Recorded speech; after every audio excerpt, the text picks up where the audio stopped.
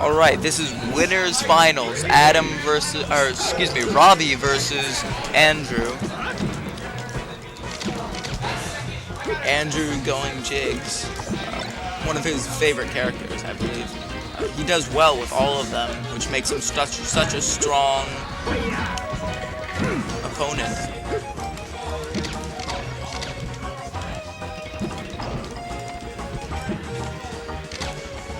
Quite a comparison of playstyles here, with Andrew being good at a lot of different characters, whereas Robbie is exceptional at Falco, I believe. Let's see how this match turns out. That's a stock off Falco. This match is... Oh.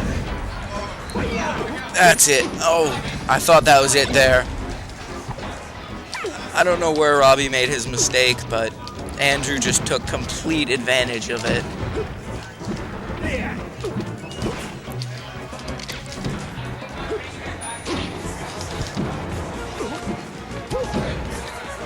Oh, Andrew pulling a clear lead here. It is not easy to fight a Jigs. That's 4 versus 2. Robbie is getting slaughtered here. Yeah. To quote John, Robbie's no joke. Andrew's no joke. This is...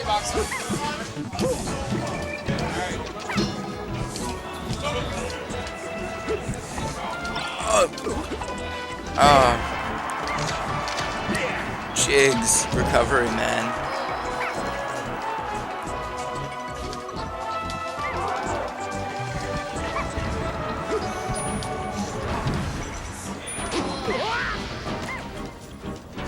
Andrew using his float to be able to do this whole combo sequence that just left Robbie.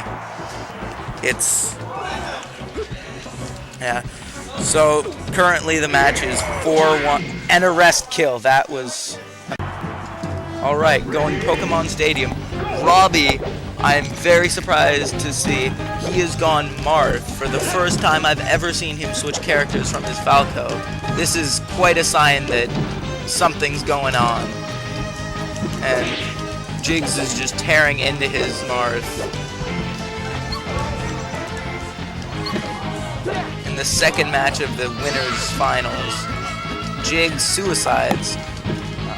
Let's see if he brings it back, if at all. Although with such a strong player as Andrew, I believe he'll do quite well. It's now tied up. Tied up quite evenly, actually.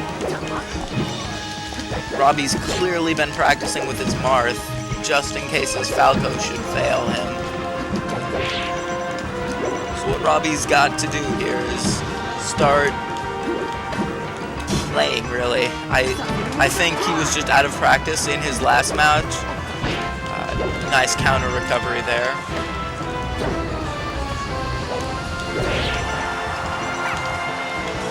A tipper to even it up.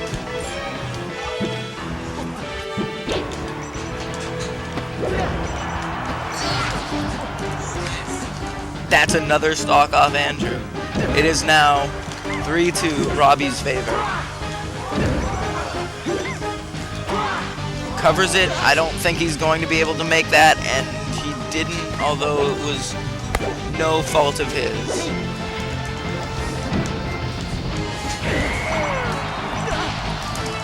And a rest. Yes, that's a rest kill. Andrew wakes up in time to stop any of Robbie's counterattacks for the rest.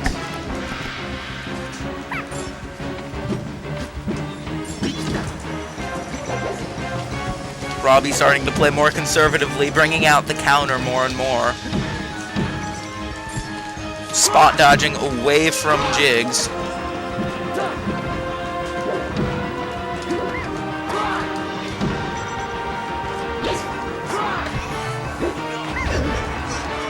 Oh, Robbie needs to get away from the edge because he's just getting thrown off the edge by Jigs. So in the third match of Winners Grand Finals, we have agreed to Pokey Floats as our counterpick stadium. This is quite a weird stage. I'm not sure if I've seen it before in the tournament. Robbie went back to Falco, his Marth, not doing as well as he'd hoped, although I believe significantly better than his Falco on the first match. So,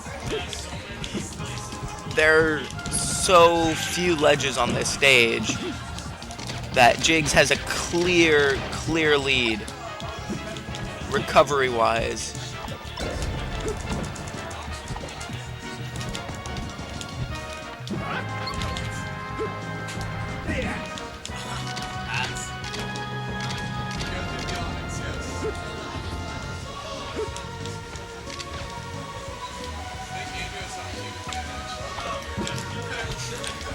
To quote some of the spectators, Andrew here does indeed have home field advantage, both literally and figuratively.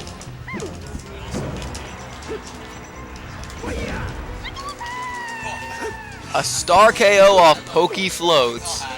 That Andrew's calling hacks here. Andrew trailing behind Robbie 4-3.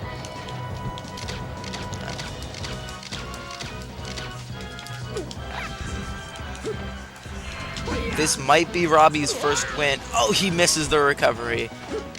3-3 Robbie, still in the lead, but more slight. Saved by the, I don't know Pokemon, but saved by that Pokemon's foot. Another save. This stage is essentially all Randalls. Referencing, of course, to the Dreamland stage, a rest kill. That was a very risky move, considering the movability of all these platforms.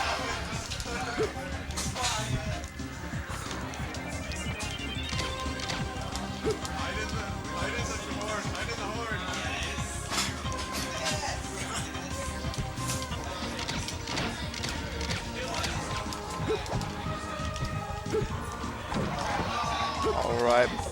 Saved by what I believe is called a Goldeen. Not sure, of course, but Robbie almost a star KO there, not quite. We'll see how this is actually one of the most interesting matches I've seen, just because of all the platforms and assorted other that's moving around the stage.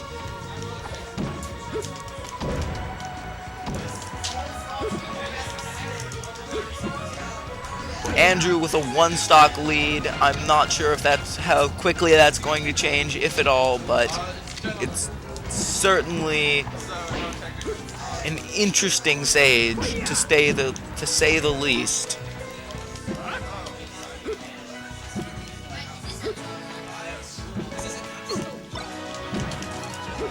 Back to Squirtle, from which they first started. From here, I believe a star KO off Pokey Floats. That was an incredible one.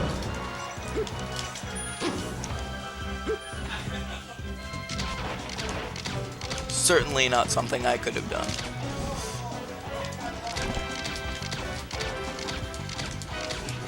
Robbie trolling with lasers, Andrew trolling back by staying low, something you can do quite effectively to avoid Falco's lasers. Especially with Jigs, one of the smaller characters.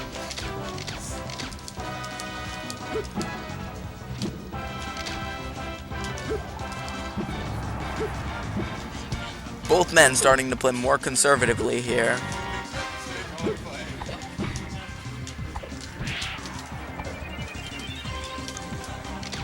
To quote Robbie and some of the spectators, this stage is really kind of a learn as you go, flying by the seat of your pants sort of thing. You can't. See, having no edge, Robbie was not able to recover that, unfortunately. Poke Floats, I don't think has any edges. So, if Andrew can just keep Robbie off stage. A Pokemon, yes, exactly. A Pokemon will undoubtedly save him.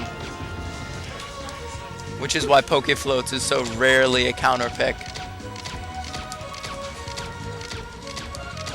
A perfect laser position as he gets the full shot up and down the tree Pokemon.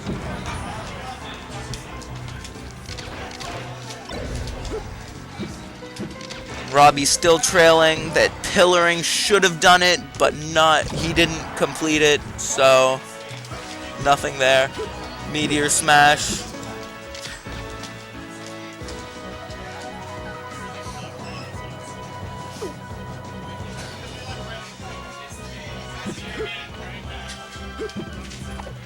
Robbie playing it safe on the back of the Pokemon. Again, Pokemon invariably save one of the opponents, if not both.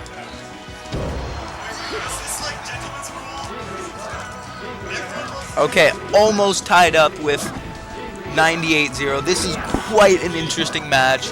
We are almost out of time, even. Such is the nature of this particular stage.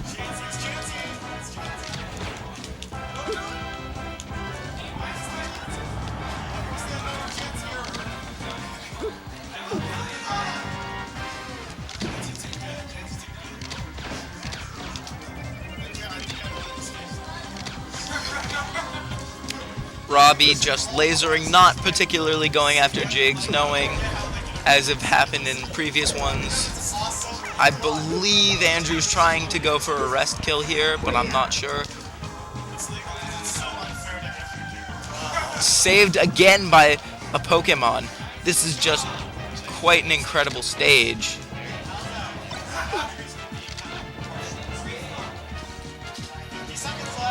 "50 seconds left. Wow. I believe this is going to be one of the first timeouts we've ever had.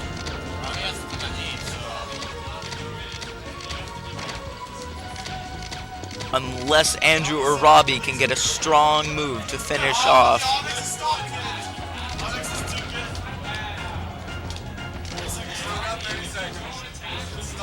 We have 30 seconds. If Andrew can just stall it out, Robbie will lose.